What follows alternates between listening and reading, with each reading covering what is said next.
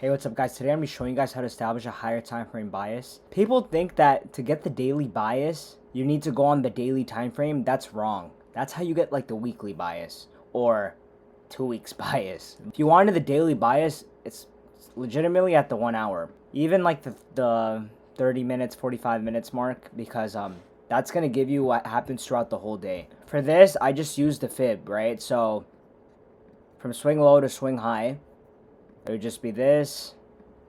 Boom. So if I was a bullish bias and we were right here, the way I see is that we're retesting buyers to go higher. And for it to be bearish, it would be like this. Downwards, so swing high. So if we're here, I'd be bearish. Boom. Okay, so let me show you guys this on the chart. And obviously, like I said, it's on the hourly time frame. Okay, so we'll start literally at the top here. You guys see this huge bearish dump, right? I would literally just drop from high to low. I want you guys to pay attention to 618, 705, 786. This area is where we reject out of, okay?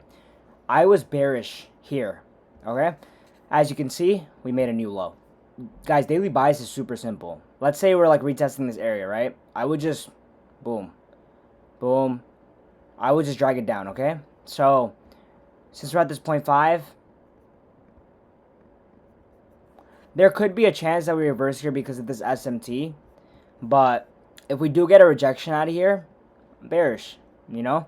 I would expect a deeper retracement, right? 0.5 is always considered balanced, but if we go deeper, this is OTE, okay? Optimal trade entry. This is where I would want to see rejection, okay? And if not, and we are bullish, it would be this hourly leg. And as you can see, we retested optimal trade entry, boom, bullish bias, if you wanted to look at it like that. Or even here,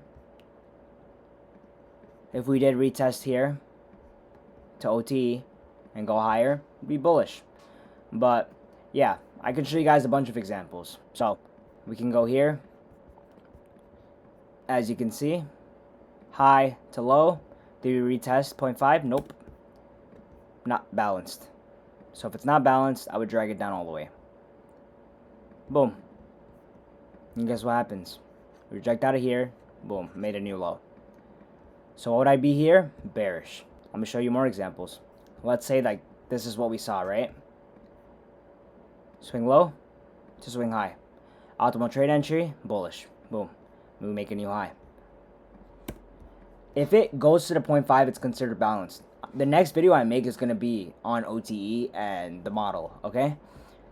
Which I have not done yet. But basically, the hourly time frame is what gives us bias. I can go anywhere and you'll see it. The market, boom, high to low, optimal trade entry, made a new high, bullish. So imagine we're here at the time you're trading. You just look for bullish setups on the lower time frame.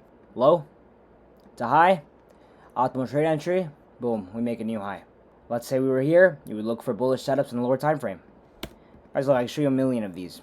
Okay, so let's say like we have a big leg, like here. Okay, so this was balanced, a smaller leg. So then we would drop from the next one. If we don't balance here, we're overextended, right? I would want to see a balance for me to take a trade. And as you can see, we just kept running up. So this is super overextended. This is really when we were running up. Just running up to all-time highs. Which is why I didn't like trading it, because when you're at all-time highs, you're longing premium. Like, it isn't the best idea, but obviously, like, when you're at all-time highs, you can make a lot of money. Just go with the trend. But you need to be aware that we could come lower, so it is lower probability. Guys, look, the whole market moves like that. You guys see this big dump? Let's drop from high to low. OTE, 618. Boom. And we dump, and we make a new low. You know, so for over here, I would look for bearish setups. And yeah, I'm telling you guys, it's literally how the market moves. 0.5 is considered balanced.